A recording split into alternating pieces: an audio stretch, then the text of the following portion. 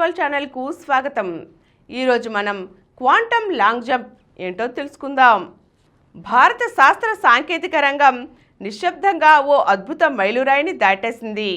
అదే 1000 కిలోమీటర్ల quantum communication network. ఇది పూర్తి స్థాయి ఆచరణలోకి రావడానికి కొంత సమయం పడుతుంది. అయితే దీనివల్ల సైబర్ దాడులు తగ్గిపోతాయి. విద్యుత్ గ్రిడ్లు, బ్యాంకింగ్ సేవలు పూర్తిగా సురక్షితంగా మారనున్నాయి. హ్యాకింగ్, ట్యాపింగ్ వంటి వాటికి ఆస్కారం లేని వ్యవస్థ దిశగా భారత్ ఓ భారీ అడుగు వేసింది. భద్రమైన కమ్యూనికేషన్ సాకారం దిశగా భారత్ పురోగతి సాధించింది. స్వదేశీ పరిజ్ఞానంతో 1000 కిలోమీటర్ల క్వాంటమ్ కమ్యూనికేషన్ నెట్వర్క్ సామర్థ్యాన్ని సాధించింది.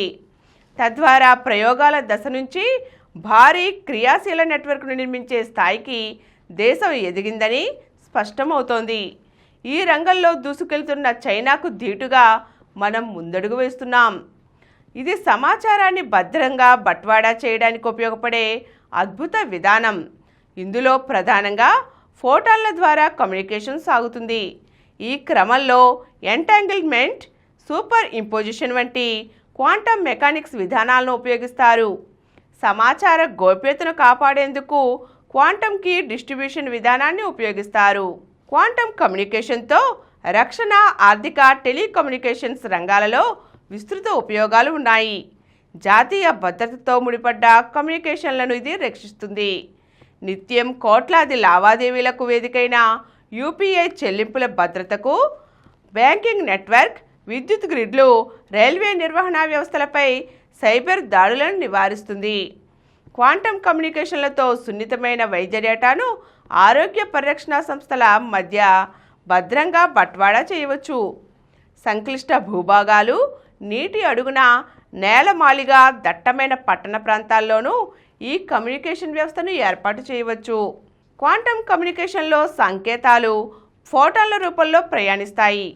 అయితే దూరం పెరిగే కొద్దీ వాటి సామర్థ్యం క్షీణిస్తుంది.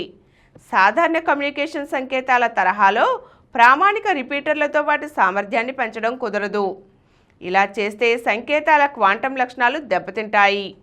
అందువల్ల సుదీర్ఘ నెట్వర్క్లు ఏర్పాటు చేయాలంటే నెట్వర్క్ను చిన్నపాటి సెగ్మెంట్లుగా విడగొట్టాలి. వాటిని ట్రస్టెడ్ నోడ్ల సాయంతో అనుసంధానించుకోవాలి. ఇంటర్మీడియట్ నోడ్స్తో ఇలాంటి సంధానతను సాధించింది. ఒక్కో సెగ్మెంట్లో క్వాంటమ్ సూత్రాల సాయంతో భద్రంగా ఎన్క్రిప్షన్ కీస్ మార్పిడి జరిగింది.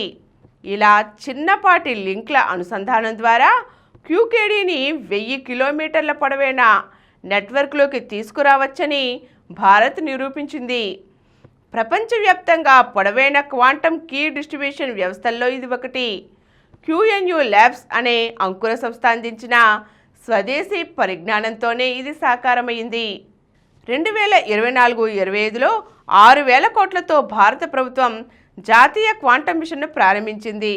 8 ఏళ్లలో 2000 కిలోమీటర్ల పొడవైన క్వాంటమ్ కమ్యూనికేషన్ నెట్వర్క్ను సాకారం చేయడం దీని లక్ష్యం.